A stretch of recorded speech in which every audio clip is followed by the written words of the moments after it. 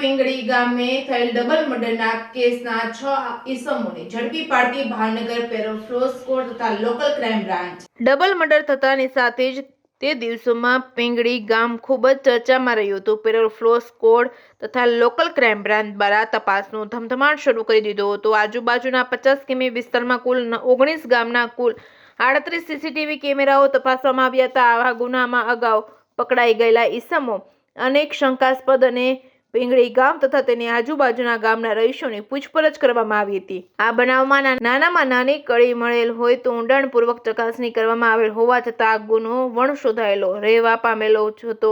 પેરોફ્લો squad તથા સ્ટાફના માણસો પેટ્રોલિંગમાં હતા ત્યારે બાતમીના આધારે પિંગળી રોડ મોટી માંડવાળી ચોકડી પાસે રોડ ઉપર જોરુભાઈ કમાભાઈ પરમાર અને ભૂપતભાઈ બચુભાઈ વાઘેલા મોટરસાયકલ અને રોકડા રૂપિયા 33,000 સાથે ઊભા છે। બંનેની કડક તપાસ કરતા તેઓની અલગ અલગ પૂછપરછ કરતા તેઓ ભાંગી પડેલ હતા અને તેઓ બંને કબૂલાત કરેલ કે આજથી આશરે 6 થી 1 મહિના પહેલા રણજીતભાઈ યાદવના કહેવાથી 5 લાખની સોપારી લઈને તેમણે પિંગળી ગામે બતાવેલ ઘરમાં મોડી રાતમાં વંડી ટપીને મકાનમાં પ્રવેશી દાદા અને દાદીને તેઓની પાસે રહેલ તીક્ષ્ણ હથિયારોના ઘા મારી નાખેલ। દાદીએ શરીરે પહેરેલ સોનાના દાગીના તથા દાદા પાસે રહેલ મોબાઈલ ફોન લઈ રણજીત યાદવને આપી દીધેલ હોવાનું રણજીતભાઈ યાદવે આ મર્ડર કરવા માટે 5 લાખ આપેલ। જોરુભાઈ કમાભાઈ પરમાર, ભૂપતભાઈ બચુભાઈ વાઘેલા, દીપા ઉર્ફે દીપકો કમાભાઈ પરમાર, મેરુ ઉર્ફે મેરિયો કમાભાઈ પરમાર, પ્રતાપ ઉર્ફે બોડો સામતભાઈ ધોળકિયા, રણજીત અનુ યાદવ મળી કુલ 6 આરોપીની ધરપકડ કરી લેવામાં આવી છે। જ્યારે રતન ઉર્ફે રત્નો ભૂપતભાઈ વાઘેલાની શોધખોળ શરૂ છે। Reporting by Hiren Bhayani, Bhavnagar. પિંગળી હત્યા મુદ્દે કયા પ્રકારનો ગુનો છે સામે આવશે? ભાવનગર જિલ્લાના તળાજા પોલીસ સ્ટેશન વિસ્તારના પિંગળી ખાતે 11 જુલાઈ 2023ના રોજ એક ડબલ મર્ડરનો ગુનો દાખલ થયેલો હતો। શરૂઆતથી જ પોલીસ અલગ અલગ એંગલ લઈ અને આમાં તપાસ હાથ ધરવામાં આવી રહેલી હતી। ખૂબ તપાસ કરવા છતાં પણ કોઈ પણ રીતે આ ગુનો ડિટેક્ટ થવા પામે ન હતો। ત્યારબાદ 3Rની થિયરી લઈ તમામ બ્રાન્ચના પોલીસ અધિકારીઓ, સ્થાનિક પોલીસ સ્ટેશનના પોલીસ અધિકારી અને કર્મચારીઓને સ્થળ ઉપર લઈ જવામાં આવ્યા। 3Rની થિયરીમાં પોલીસ અધિકારી અને કર્મચારીઓએ જાણે આજે જ પહેલી વખત આ ગુનો બન્યો છે એ પ્રકારે પોતાને રિસ્ટાર્ટ કરવાનો પ્રયત્ન કર્યો। રિસ્ટાર્ટ કર્યા બાદ તમામ અધિકારીઓએ પોતાને રીફોકસ કરવાનો પ્રયત્ન કર્યો। ત્યારબાદ આખો ગોલ રીસેટ કરવાનો પ્રયત્ન કર્યો।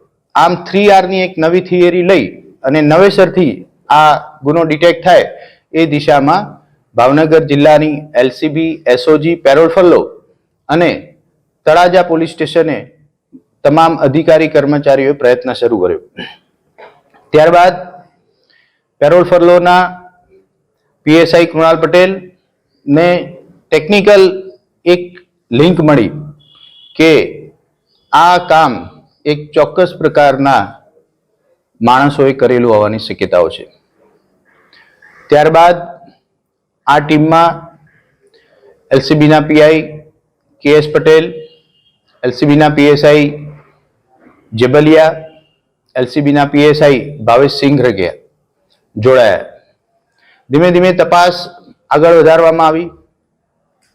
ફાઇનલી હ્યુમન ઇન્ટેલિજન્સના આધારે એવી બાતમી મળી કે જોરુ પરમાર અને ભૂપત નામના 2 શખ્સ છે એ આમાં સંડોવાયેલા હોય એવી શક્યતાઓ છે। તપાસ કરતા કરતા આ જોરુ અને ભૂપત ભદ્રાવળ ગામે કોઈ કામે ભેગા થયેલા છે એવી વાત હતી।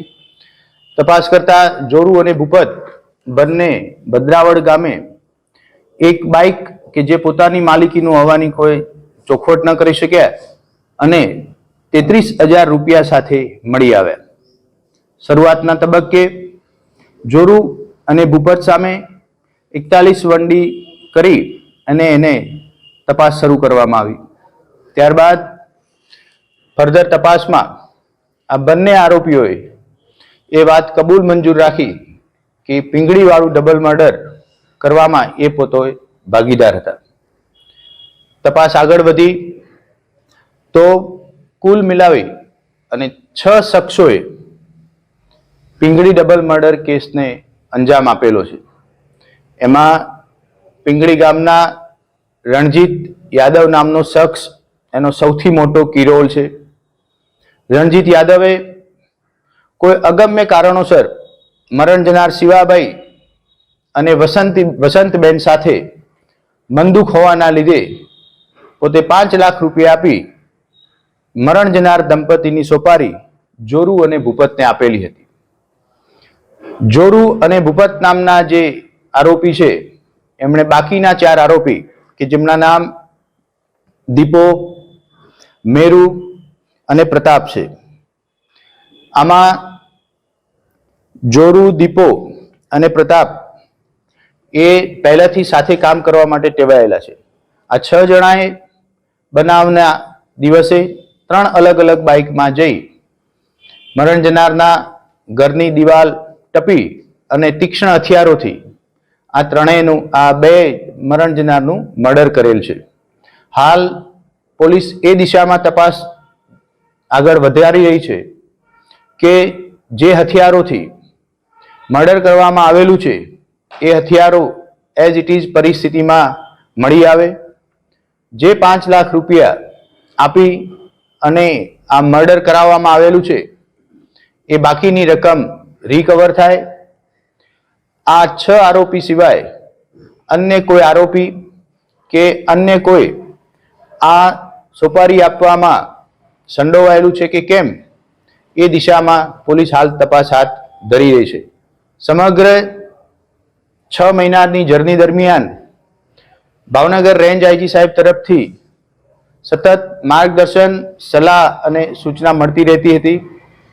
ખાસ આ તબક્કે હું પેરોલ ફરલો ટીમના પીએસઆઈ કૃણાલ પટેલ, એલસીબી ટીમના પીઆઈ કેએસ પટેલ, એલસીબીના પીએસઆઈ જેબલિયા, એલસીબીના પીએસઆઈ સિંગરખિયા તથા તળાજા પોલીસની ટીમ અને એલસીબી એસઓજી પેરોલ ફરલોના તમામ અધિકારીઓ કે જે છેલ્લા 6 મહિનાથી સતત આ જ દિશામાં વિચારી રહ્યા હતા. સતત 6 મહિના સુધી કોઈ પણ 48 કલાક એવા નથી કે જેમાં અધિકારી લેવલે આનો રિવ્યુ ન થયો હોય. તો હું તમામને ખૂબ ખૂબ અભિનંદન પાઠવું છું.